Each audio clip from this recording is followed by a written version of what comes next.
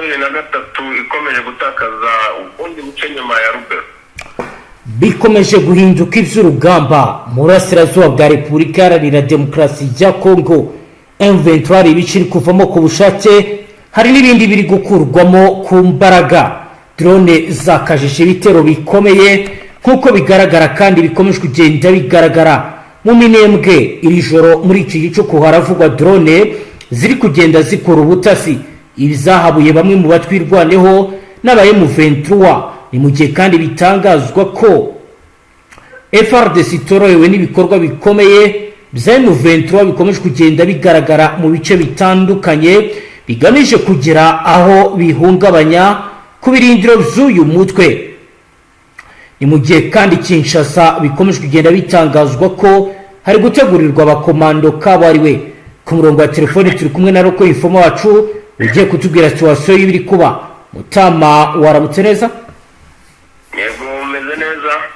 Yego tudatinze rero turagira ngo duhe situation y'ibiri kuba muri iki gicuku.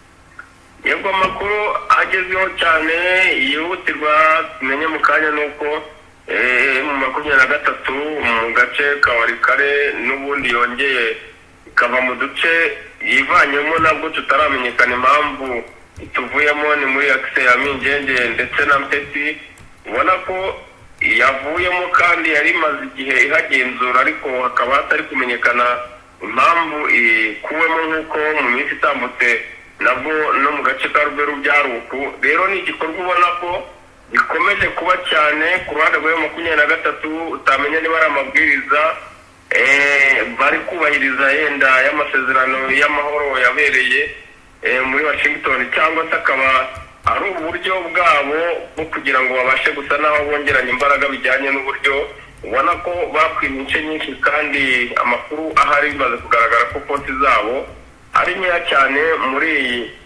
Nord Kivu, cyane cyane mu deployment atandukanye usanga coalition ya FARDC zinje kugaba ibitero mu birindiro bya M23 habaho gusubira inyuma ndetse no gutakaza bijyanye na position zabo ziba zirimo abasirikare bake cyane nk'ikibazo gikunze kugaragara muri Nord. Yego, naho handi ho bihagaze gute? Andi amakuru hari nuko nanone hari amakuru agaragara muri zice za Warikare werekeza Nyabyondo yuko hari BM ya FARDC yarashweho n'imbunda ikomeye ya M23. Iyi BM yari yaje mu buryo bwo kurasa iki gice cya Nyabyondo, ubona ko ari operasiyo ikomeye yari yateguwe kuko iyi mbunda yari ishinze muri akiti ya Gasoko. Ubona ko cyari igikorwa gikomeye cyane cya FARDC ariko M23 yatahuye mbere y'igihe yuko ibasha gusheringwaho n'iyi mbunda ikomeye cyane. Biza gusa naho rero operasiyo ya FARDC hano ibaye nk'ifaringa cyane bijyanye n'uko yari yangirijwe imbunda ikomeye cyane, ariko makuru ahari nuko bahise basaba kuba bakuriye ndetse na support ikomeye ku bundi buryo, ku buryo n'ubundi isa ashobora kugezwa indi BM ku buryo iki gitero cya operasiyo bari bateganyije muri aka gace n'ubundi gishobora gukomeza. Ubona ko FARDC yakamye idashaka ko M23 yinjira muri Warikare mu buryo budasanzwe. Yego, kugeza ubu uretse izo operasiyo ziri kugenda ziba muri Sud Kivu ho indege bivugwa ko zikomeje kugenda ziseguruka, bihagaze gute? Yego niko bimeze. Iki gice cya Minembwe urabona ko FARDC isa naho yakigaruriye rwose mu bujyanye n'ikirere cyaho igenzura 24 ku yandi, kuko mbere yuko igaba ibitero bya drone ndetse na operasiyo zibera ku butaka ibanza gukoresha drone z'ubutasi cyane, ubona ko ntacyo yikanga, ku buryo ubona ko byanze bikunze iki gice muri iyi minsi kibasiye cyane bikomeye kandi ishaka ko hari impinduka zibaho, nubwo M23 na irwanaho bakomeje gusa naho bazirika umuti cyane mu buryo bwo kugira ngo batabasha gutakaza ibice byose bagenzura, ariko ubona ko iyi migambi y'ibitero biri kugabugana FARDC ishobora kugira impinduka zikomeye cyane zishobora kuba muri iki gice cya Minembwe. Yego, naho kubirebana n'izindi aksi ndetse n'abacanshuro update z'abizi update z'abacanshuro muri Uvira ni ukubona ko bari muri forces zisa naho ziri mu position atandukanye muri Plaine de Rusizi ndetse no muri umujyi wa Uvira, mu buryo ubona ko hashyizwe urukuta rukomeye cyane, ikikango gikomeye cya M23 bahora biteze ko isaha n'isaha ishobora kwinjira muri uyu mujyi wa Uvira, ariko ukabona ko byanze bikunze urugamba rushobora kuzava muri Uvira rushobora kuzangiza byinshi cyane bijyanye n'imbaraga FARDC yashyizemo, kandi ubona ko na M23 ikomeje kugenda isa n'iyuzuza pozisiyo zayo, ingabo zituruka mu bice bitandukanye z'umusaza ziyongera ndetse n'ibikoresho bikomeye cyane ku rwego rwo hejuru, ku buryo ubona ko hari impagarara n'impungenge zikomeye ku baturage cyane, bo bahora babona ibiri kubera muri uyu mujyi wa Uvira ndetse no mu nkengero zawo, bakibazwa umunsi habaye ngombwa ko haba imirwano muri uyu mujyi wa Uvira uburyo bizaba bimeze, bijyanye n'uko ubona ko nta cyerekezo cyo guhunga, kuko mu makuru bafite ari uko igihugu cy'u Burundi kivuga ko nta mpunzi zishobora kwakira muri iki gihe cy'imirwano ya Uvira, kuko bakeka ko hashobora kwambukiramo abafite imigambi yabo yahungabanya umutekano mu gihugu cy'u Burundi. Bibagoye cyane kuko aka ni agace katakarije ingabo ku ruhande rwa M23 bitewe na operasiyo zikomeye FARDC yari ifite aha, zarimo imbunda zikomeye cyane, ariko uyu munsi guhera ejo ku gicamunsi ni inkuru yavuzwe cyane igaragaza imirongo miremire cyane y'ingabo za M23 zisubira inyuma zipfa mu buce bitandukanye bwinshi, kandi ubona ko ziri kwerekeza mu birometero bitari kure cyane, ariko harimo intera muri aka gace ka Rimbongo ndetse na Bingi aribwo buce ubona barimo. Ni ikintu ubona ko izi ngabo za M23 mu makuru ziri gutanga zitishimiye iki gikorwa, kuko ibi binazi n'ingabo abayobozi gusa bo hejuru, kuko umusirikare usanzwe ntabwo wamubaza ngo guha ubusobanuro buri kuba butumye iki kintu kibaho, gusa amakuru atangwa n'uko bagusubiza bati amabwiriza yavuye hejuru, nta kindi barenzaho. Rero ni ikintu ubona ko cyababaje cyane, ariko cyateye ibyishimo ku ruhande rwa FARDC, kuko ubona ko ni ibice bakagombye kubona bahatakarije ndetse basabye imbaraga nyinshi cyane bikomeye, ukaba ubona ko bagiye gusa naho binjira muri zenewo nta mirwano ibayeho. Rero ni ikintu kiri kwibazwaho na benshi cyane, ubona ko bafite n'amakuru menshi bari gutangaza yuko iki gice ushobora kubona ko M23 azongera gusa naho igisatira yerekezayo ibitero mu yindi minsi yose izatambuka, kuko ubona ko ari amabwiriza adasanzwe bahawe, kandi bigenda bivuga mu buryo bwinshi ko ari Leta Zunze Ubumwe za Amerika zaba zasabye iki kintu ko kibaho, ariko bikagaragara ko n'igihugu cy'Uganda cyabaye nkaho kigaragaza ko ibi bice bari kwinjiramo biri mu bice bisa naho bagenzura kandi bafiteho inyeshyamba zabo bahora bahanganye nazo.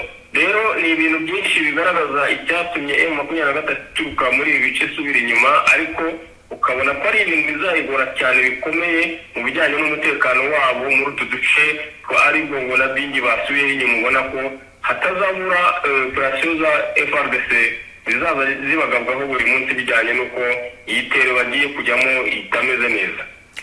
Yego, naho ku zindi agisi zo bizifashe gute ahandi? Ku zindi agisi ni aha ni mu gace ka Masisi n'ubundi winjira muri Warikare, hari ingabo zigaragara ko kwartiriyo igizwe n'ingabo nyinshi ku ruhande rwa FARDC z'Abatanzania cyane, ubona ko ari nabo basa naho bari kugenzura operasiyo ziri kubera muri ibi bice, ndetse ubona ko bari no kubikora neza, kuko amakuru ahari ni uko izi ngabo za Tanzania ziri gukora muri ibi bice zimenyereye operasiyo muri ibi bice cyane, ubona ko ari teri isa naho yabagwiriye neza. Ariko ku gicamunsi cy'ejo hari inkuru mbi yababayeho cyane bijyanye n'uko babashe gusa naho basatira ibirindiro bya M23 mu buryo butunguranye, ko bari kwarisiye ariko ari bo bari imbere, mu buryo bangaga ko Wazarendo ndetse n'ikwarisiye Fidele bari kumwe ishobora gusa naho yabatenguha, kuko ubona ko batajya bakunda guhuza cyane muri operasiyo. Iza kuba ngombwa ko babereka ko bahunze defense zabo, iza kuba umwaka wo gutegwa mbushi, kandi aribo basa naho bari mu bice by'imbere, baza kuraswaho cyane bikomeye, ndetse habaho gutakaza ku ruhande rw'izi ngabo za Tanzania, ndetse haza kubamo n'umwuka mubi cyane hagati yabo na FARDC, bavuga ko kuba bafashe umwanzuro wo kuyobora urugamba akaba aribo bajya imbere bashobora kuba bagambanira FARDC yari yasigaye inyuma. Ni ikintu kiri kujya kigenda kigarukaho umwuka mubi ku buryo ubona ko guhuza coalition muri izi operation ziri kubera muri Nord Kivu ndetse na Sud Kivu biri kujya bigorana cyane ku buryo hashobora gufata izindi ngamba z'uburyo bajya bakoramo operation badakoze coalition z'uruvange rw'ingabo. Yego dusa n'aberekera muri muri Sud Kivu, aho amakuru agaragara cyane muri Uvira ko bitoroshye cyane bijyanye n'imyiteguro cyane ikomeye ku ruhande rwa FARDC, ubona ko itarambirwa kuzana ingabo ndetse zimaze kugera ku bucucike burenze cyane bijyanye n'imibare irimo muri Uvira, kuko ku manywa na nijoro ahariho hose ubona ari ingabo gusa, ariko ukaba utibaza impamvu iri kwibazwa n'abantu benshi ko izi ngabo ziri kuza muri ibi bice kandi ubona ko nta mugambi wihutirwa wo kugaba ibitero kuri M23, kuko ubona ko bakikanga ko ishobora gusa naho yababangamira cyane muri uyu mujyi wa Uvira. Ukibazwa izi force zihora zongerwa muri ibi bice n'amadeployment menshi atandukanye, icyo abasa naho agambiriye ni uburyo ubona ko bashyize imbaraga cyane mu bice bya Minembwe kuri FARDC, ku buryo ariho bagiye gusa naho bakaza imirwano ku rwego rwo hejuru.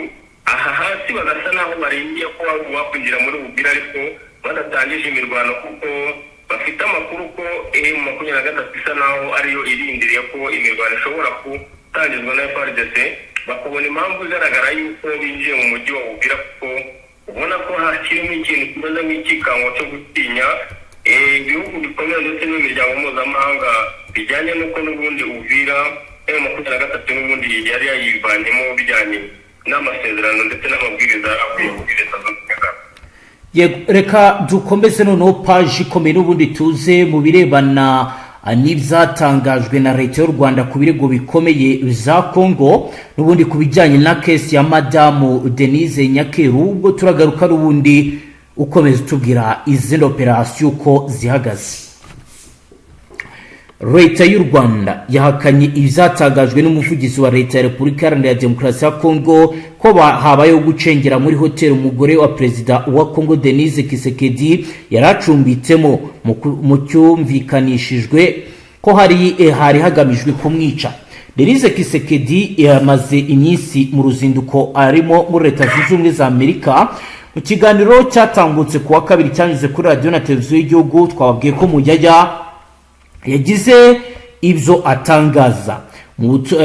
Nyuma rero y'uko ibi bibaye, mu butumwa bwo gusobanura ibyabaye, ambasade ya leta y'u Rwanda i Washington DC yatangaje ku rubuga nkoranyambaga rwa X ku wa gatatu, yavuze ko umwe mu bashinzwe gucungira umutekano umunyarwanda w'umunyacyubahiro utatangajwe izina yahuriye gutyo gusa n'abashinzwe umutekano w'itsinda rya Congo mu kirongozi cya hoteli kigerwamo n'abantu bose. Iyi ambasade yongera ko itsinda ry'u Rwanda n'irya Congo yombi bari bacumbitse muri iyi hoteli, ndetse ko ushinzwe umutekano ku ruhande rw'u Rwanda avuga ko atari yitwaje intwaro, yabujijwe z'ako kanya gato gukoresha esanseri. Ibintu avuga ko bitari bikwiye kuko aho hari ahantu hakoreshwa na bose. Gusa ngo ibibazo cyaje gukemurwa nta bundi bushyamirane bubayeho. BBC News gahuza miryango ntiyashoboye kugenzura mu buryo bwigenga ibivugwa n'impande zombi. Nta gihamya atanze Mujyajya yumvikanishije ko bishobora kuba hari uruhare leta y'u Rwanda ifite mu zabaye mu gushaka kugira nabi Denise Kisekedi. Avuga ko Kinshasa yashenye neza umuvuno w'ikinyoma w'u Rwanda mu zindi gahunda zigamije kugarura amahoro mu burasirazuba bwa Congo. Ariko ambasade y'u Rwanda iravuga ko ibyo Mujyajya yavuze mu kiganiro n'abanyamakuru cyo kuwa kabiri nijoro ari ibinyoma. Yagize ati, ibi binyoma bigayitse byagombye kwirengagizwa kandi bikamaganwa. U Rwanda ruvuga ko nyuma y'ibyabaye itsinda ryarwo ryafashe icyemezo cyo guhindura hoteli, ariko ko ryatotejwe ndetse rigafatwa amashusho n'abantu batazwi ubwo ryarimo riva muri iyo hoteli nk'uko babivuga. Imbere muri iryo tangazo ambasade na ambasaderi Ata Aswimwe wungirije ambasaderi w'u Rwanda muri Amerika yari yahinyuye video yatangajwe ku rubuga rwa X n'ushyigikira leta ya Kongo iherekejwe n'ubutumwa buvuga ko yerekana abakorera leta y'u Rwanda bashaka kwica Denise Kisekedi. Asimwe yabigereranyije n'urwenya ati ninde ujya kwica ari mu modoka ya ambasaderi. Yongero ati murimo gukora uko mushoboye kose ngo muvugwe mu mutwe w'inkuru idafite akamaro. Hoteli ni ahantu hagendwa n'umuntu uwo ari we wese keretse niba ari mwebwe mwenyine mwari mwasabye kuyibamo. Leta y'u Rwanda na Kongo bikaba rero bimaze igihe bivugwa mu nkuru zitandukanye, aho leta ya Kongo yagiye kenshi ishinjwa gukora ibyaha bikomeye, ndetse leta ya Kongo yagiye igaragara kenshi ikorana na FDLR, ibyo benshi bagaragaza ko ari ibyaha ndetse n'amakosa ateza ibibazo. Nuko bihagaze, nuko bikomeje kugenda bimera. Mutamaro turagira ngo tujyane ku zindi aksi naho tubwire ibiri kugenda biba. Yego, reka tujye mu Minembwe. Ubona ko n'ubundi ibitero bikomeje bya drone cyane biri kwibasira uduce twinshi kandi biri kugira ingaruka cyane ku baturage, ndetse ubona ko ari ibikorwa bikomeye ku ruhande rwa FARDC iri gukora ibishaka kugira ngo ibashe kubangamira ibikorwa byayo 23 na twirwaneho, ndetse no kubaca intege mu buryo ubona ko hari nk'aho ari ryo cumbi rya bose kandi ariho hantu h'ingenzi babasha kubungabunga bijyanye n'abaturage bahari. Rero ukabona ko FARDC iri mu mugambi ukomeye wo gusa naho irimbura aka gace bijyanye n'imirwano ihorayo ya drone za buri munsi zitica umunsi n'umwe. Ubona ko M23 twirwanaho basa naho babaye nk'ababura umwanzuro wafata kuri izi drone, kuko ubona ko bimaze igihe kandi byabaye nk'aho birambirana ku rwego rwo hejuru. Rero hari umugambi mushya M23 ndetse twirwanaho bafite wo kwinjirira ibice bya Mwenga, ndetse ubona ko hari operasiyo ziri gutegurwa gukorwayo muri iyi minsi, kandi amakuru ahari nuko bimaze kugaragara ko hari force zavuye hano mu Minembwe zerekeza muri Mwenga, ndetse ubona ko ari na nyinshi cyane bijyanye no kubona ko bagiye gusa naho bashyiramo imbaraga mu buryo bwo gusa naho badubatinga muri icyo cyangwa mu buryo basa naho batanze akazi kenshi ku ruhande rwa FARDC kugira ngo ye gusa naho ihugira muri iki gice cya Minembwe ndetse na Plaine de Rusizi.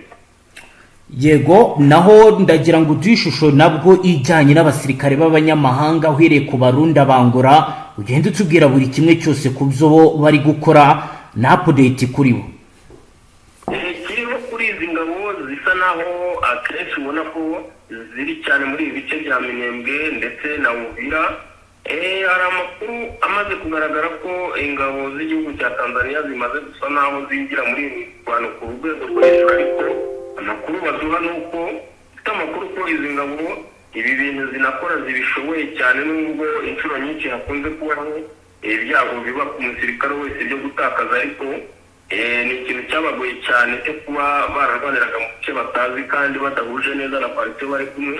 Ubu rero basa naho bashyizemo ukuboko gukomeye cyane ku buryo ubona ko aho ingabo z'Uburundi zimaze gusa naho zigenda zidohoka mu operasiyo akomeye cyane zinayagaragariza ko ziyayoboye. Ubu igihugu cya Tanzania izi ngabo zayo nizo zisa naho ziri kugenzura operasiyo ziri kubera muri ibice bya Minembwe, ndetse ubona ko ziri no gusatira muri ibice bya Plaine de Rusizi muri Uvira, ko bashobora kuba ariho bareka bagasa naho bagenzura ibikorwa bya operasiyo byose, nubwo akenshi FARDC ikunze gusa naho ibangamira ibikorwa by'izi ngabo zaje gutanga musada, mu buryo ubona ko ziba zishaka ko ziba arizo zigenzura ibice ibyo ari byo byose na operasiyo zose ziri gukorerwa nk'abene gihugu. Ariko ibi bihugu byaje gutanga musada ukabona ko umwuka wabyo bigaragaza ko FARDC yigirira abagambanyi benshi kandi ikabigira n'ikosa ryo kutarwana ibishyizeho umutima. Ariyo mpamvu ubona ko baba badashaka ko komanda wo muri FARDC ari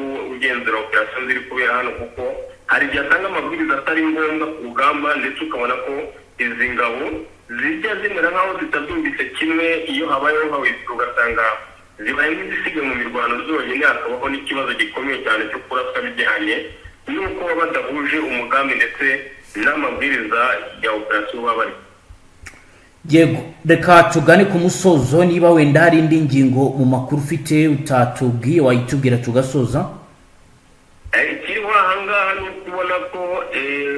ruhande rwa M23 muri iki gice cya Plaine de Rusizi amaze kugaragara ko ku munsi w'ejo w'igicamunsi hari ingabo zindi zaturutse muri ibi bice bya Kamanyura zerekeza mu bindi bice, ubona ko ari ingabo bitazwi uburyo zageze muri aka gace kuko ntabwo zigeze zigaragara ku manywa ziza n'imodoka cyangwa n'amaguru, ubona ko ari force ngari kandi nini isa naho ishobora kuba yarakoreshejwe mu kuhagera mu masaha y'ijoro kuko ziri kwerekeza muri ibi bice bya Plaine de Rusizi aho pozisiyo za M23 zose zideployinze.